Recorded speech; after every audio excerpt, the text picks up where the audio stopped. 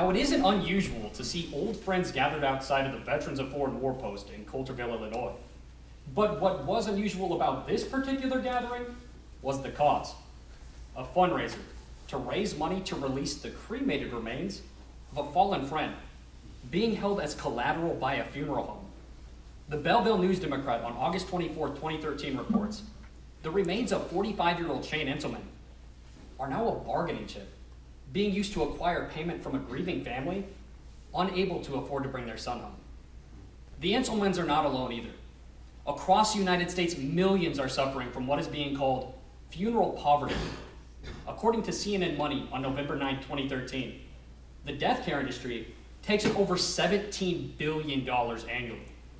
Families often stricken with an unexpected death must suddenly pay an average of $6,000 for cremation and $10,000 for traditional services, a cost which includes a mediocre casket, gravesite preparation, embalming, and minor funeral director services.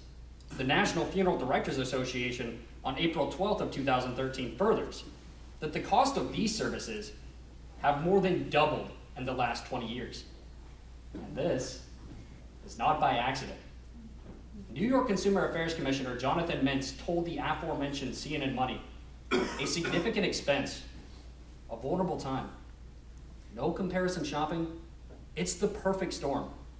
Families in mourning are being preyed upon by an industry filled with misleading sales tactics and inflated prices. Today, we'll examine the harms of funeral poverty, the causes, and some solutions to combat problems in an industry that we will all one day have to use. As BBC News notes on January 22, 2014, the exploding cost of funeral services has created a situation where millions cannot afford to die.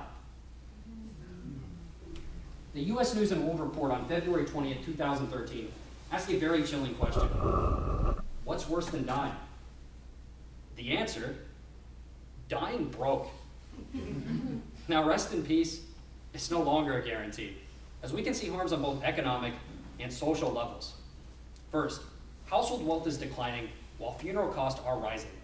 Smart Planet on September 18, 2013 explains that since 2007, American income's down 8.3%, but funeral costs have risen by 67% since 2006. Now remember, this is an unavoidable cost for all of us. And so when the bill finally does come due, we are all increasingly unable to afford it. As Debt.org on May 1st, 2013 explains, end-of-life care places families in the worst financial situations possible, only to be met with outrageous funeral costs. Emotionally drained and economically broken, families cannot bring themselves to shop around. This is why the previously cited CNN Money article explains the cost for the same exact service can more than triple in just a small radius. For example, in Houston, the cost for cremation is a reasonable $2,025. But just 5 miles away, the cost for the exact same service is over $10,000. Families are either plunged into poverty or they simply cannot pay. Which leads us to our second harm. What happens when families are unable to afford any kind of funeral cost? Well, they're given an indigent burial, or what is often referred to as a pauper's funeral. The Lincoln Journal-Star on March 25, 2013 reports that if a family is unable to claim a body due to its cost, they're given a pauper's funeral. There's no organ music, no flowers, no cards, not even a headstone. It's cremation, and it's a plastic box for families. And for the remains that aren't collected, they're put into a mass grave. And this is a pipe that's stuck into the ground, and that is only if local authorities are feeling generous. But unfortunately, this problem's only getting worse. The previously cited U.S. News and World Report article explains that the amount of unclaimed bodies has spiked since the recession began in 2008. And they're just lying there. Local governments don't have the money to dispose of them properly. NPR on June 3rd, 2013 describes an absolute nightmare in Detroit, where in just one medical county examiner's office, there are perpetually 100 bodies lying in wait in the funeral home, often for years. This is no way to honor our dead. The previously cited CNN Money article explains that funeral directors are actually trained to get customers to overspend. Now, their sweet spot is 20% more than we'd hoped.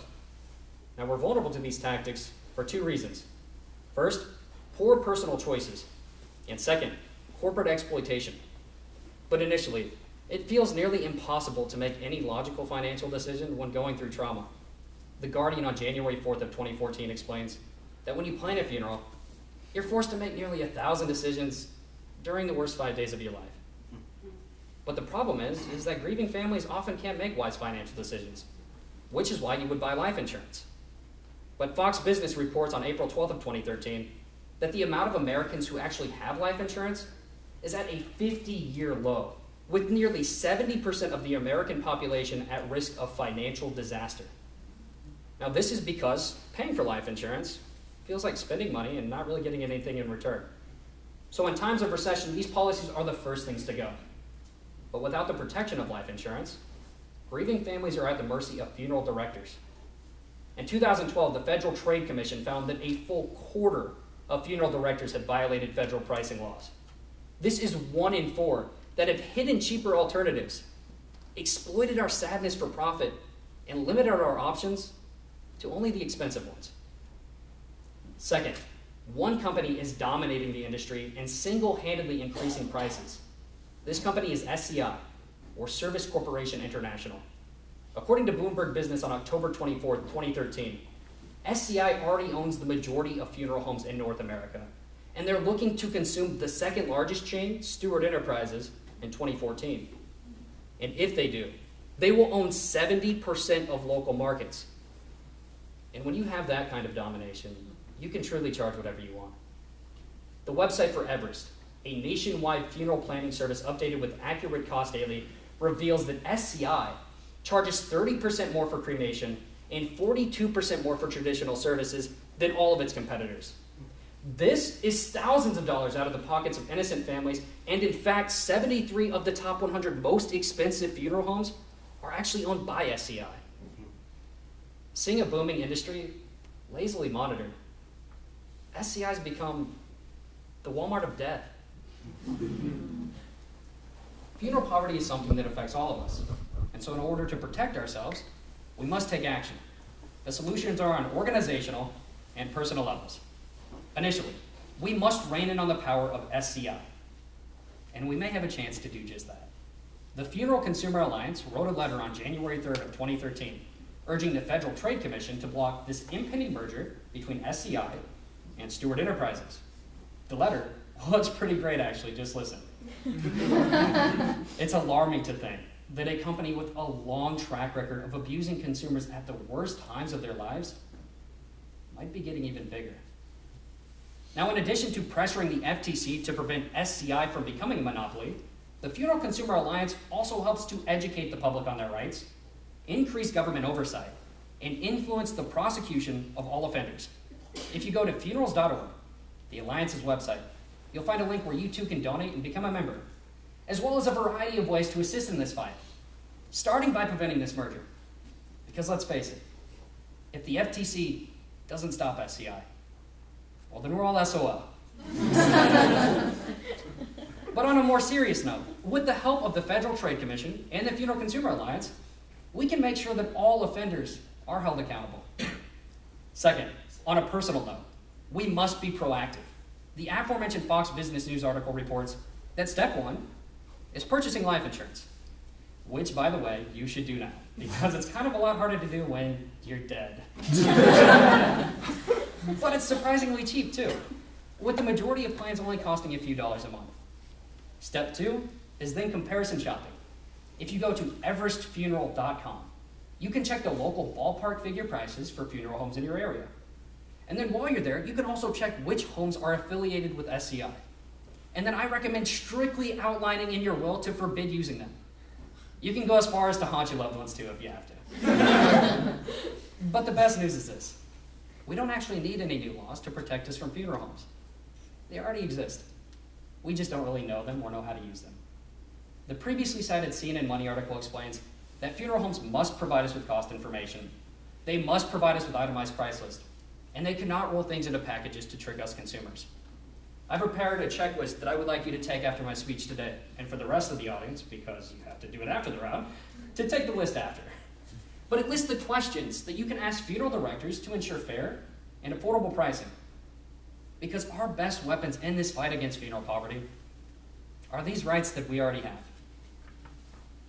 At our most vulnerable, we are being exploited and plunged into poverty.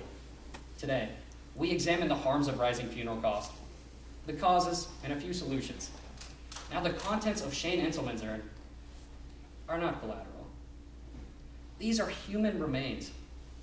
And it is high time that we put some humanity back into an industry without any.